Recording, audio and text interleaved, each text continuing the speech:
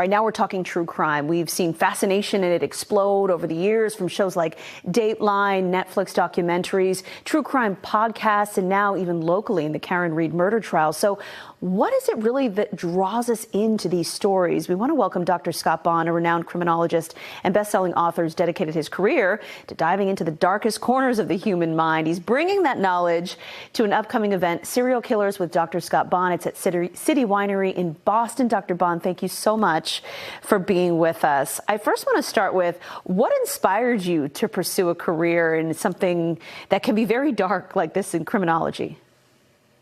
Yes, well, I have a background, interestingly, both in communications. I actually worked in the media world for a long time, or about 20 years. But then I went off and got a PhD in criminology. And what I realized is that certain crime figures, and you mentioned Karen Reed, certain individuals become iconic. There's a sensational halo almost around them, and this really intrigued me. So, given my media background and my criminology training, I sort of brought these two together, and I began exploring why people are drawn to the dark side and why they find individuals like a Ted Bundy, for example, so compelling. And part of the answer has to do with empathy, I believe. And that's particularly true for the female portion of the true crime audience. I think they try to understand this perpetrator, try to arm themselves with information that could protect them from becoming a potential victim of a Ted Bundy or a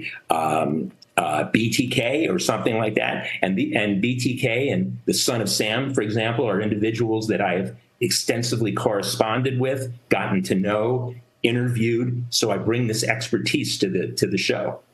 Yeah, let's talk a little more about that. What can audiences expect from this upcoming show, Serial Killers, with Dr. Scott Bonn? Well, great question. Thank you. And the answer is my show consists of two acts. In act number one is where I take my audience literally inside the minds and thinking of the most diabolical killers of the last 30 or 40 years based upon my actual experiences with these individuals and these cases, including individuals like David Berkowitz, the son of Sam, Dennis Rader, who called himself Bind, Torture, Kill, and even more recently, the Long Island serial killer, the alleged Rex Heuermann. So we do an exploration, a deep dive into the thinking and the motivations and how these individuals spawned from the dark side. And then in the second act of the show is really fun and really compelling because I do a live question and answer session where I take questions from the audience that evening and then address them one by one. And this is when the show really comes alive because it's an opportunity to ask anything you ever wanted to know about serial killers. I get some amazing questions. I really enjoy it. And I typically get, if there's 300 people in the audience, it's not unusual for me to get 300 questions. So I can't even possibly answer them all.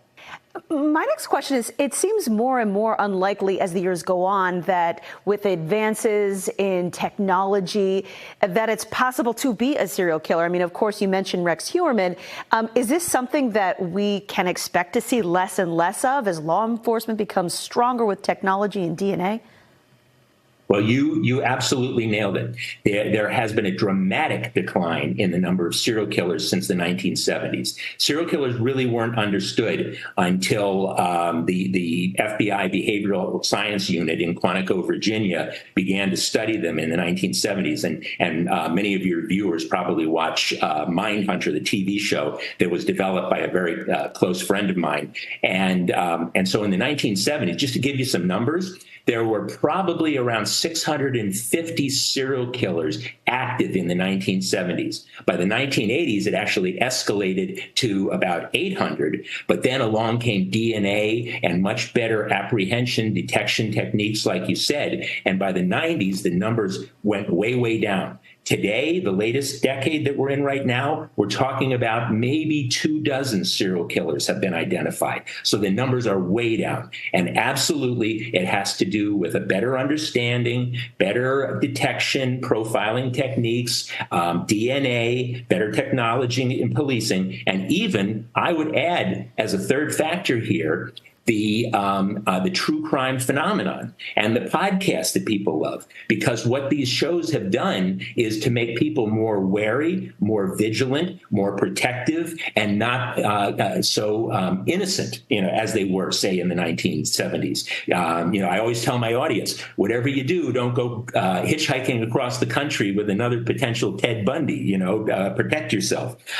So yes, all of these factors have made it much more difficult to be a successful, prolific serial killer today, which, of course, for us is good news. Good news indeed. Dr. Scott Bonn, thank you so much. Where can people get more information about the show next week in Boston?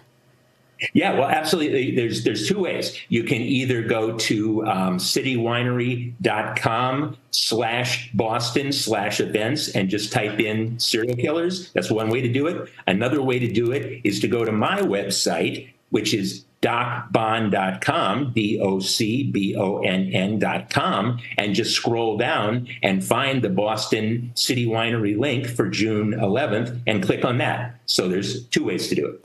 Dr. Bonn, thank you so much. Interesting conversation. It's going to be a good show. Thank you. We appreciate it. Thank you.